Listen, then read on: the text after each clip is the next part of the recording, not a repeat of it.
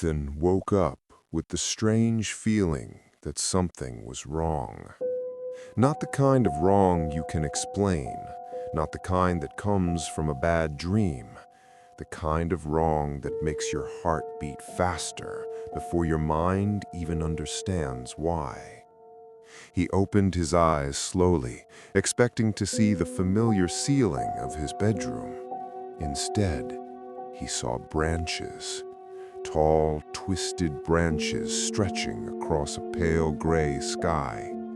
Ethan sat up immediately, wet leaves stuck to his hands, the cold earth pressed against his back. What? He looked around in confusion. He was in the middle of a forest. Tall trees surrounded him in every direction. The air smelled damp and heavy. A thick fog crawled between the trunks like something alive.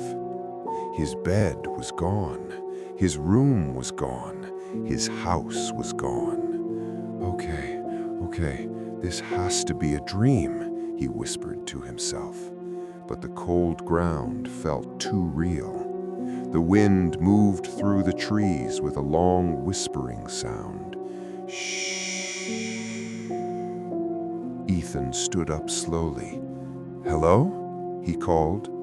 His voice disappeared into the fog. No answer, no birds, no insects, no life, just silence. He began walking. At first, he told himself he would find a road or a cabin or anything that made sense. But the deeper he walked, the stranger the forest became. The trees grew taller, their trunks twisted like frozen screams. Some of them looked almost human. Ethan tried not to think about it. Then he heard something, a twig snapping behind him. He froze. Slowly, very slowly, he turned around. Nothing.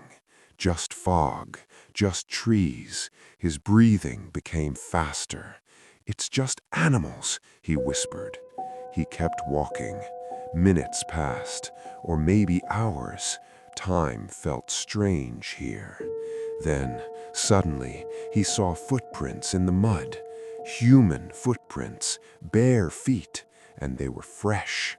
Relief rushed through him. "Hello? Is someone there?" he shouted. No answer, but the footprints continued deeper into the forest, so Ethan followed them. Step after step, the fog thickened, the air grew colder, and then he noticed something strange. The footprints were changing.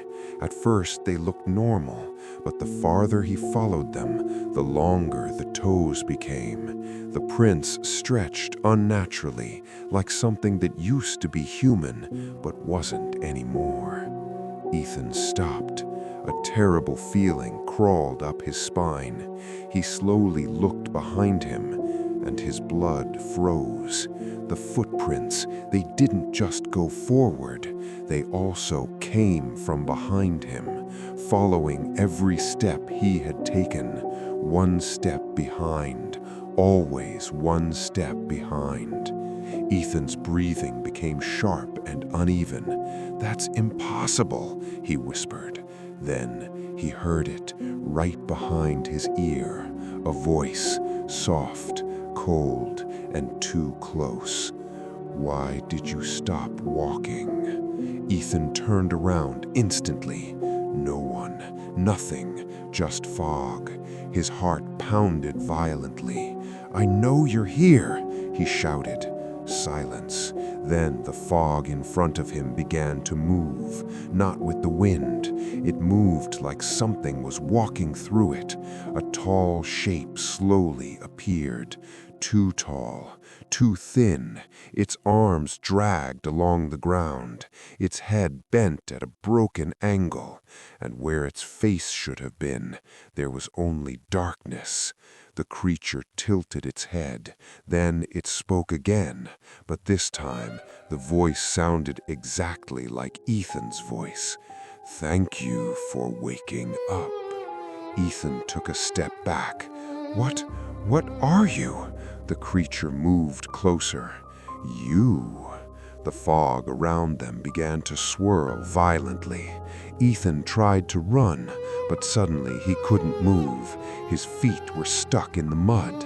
No, not mud. Hands, cold hands rising from the ground, grabbing his legs, pulling him down. The creature stood directly in front of him now. Up close, Ethan could finally see its face, and he screamed because the face was his own. Same eyes, same mouth, same expression, but rotting, empty, dead. The creature smiled slowly. "Don't worry," it said. "You can go back to sleep now." Everything went dark. The next morning, Ethan woke up in his bed. His bedroom looked normal. Sunlight filled the room. He sat up quickly, breathing hard. "A dream," he whispered in relief. "Just a dream." He stood up and walked to the mirror. But when he looked at his reflection, his smile slowly disappeared because the reflection was still smiling, and behind him in the mirror, the forest was waiting.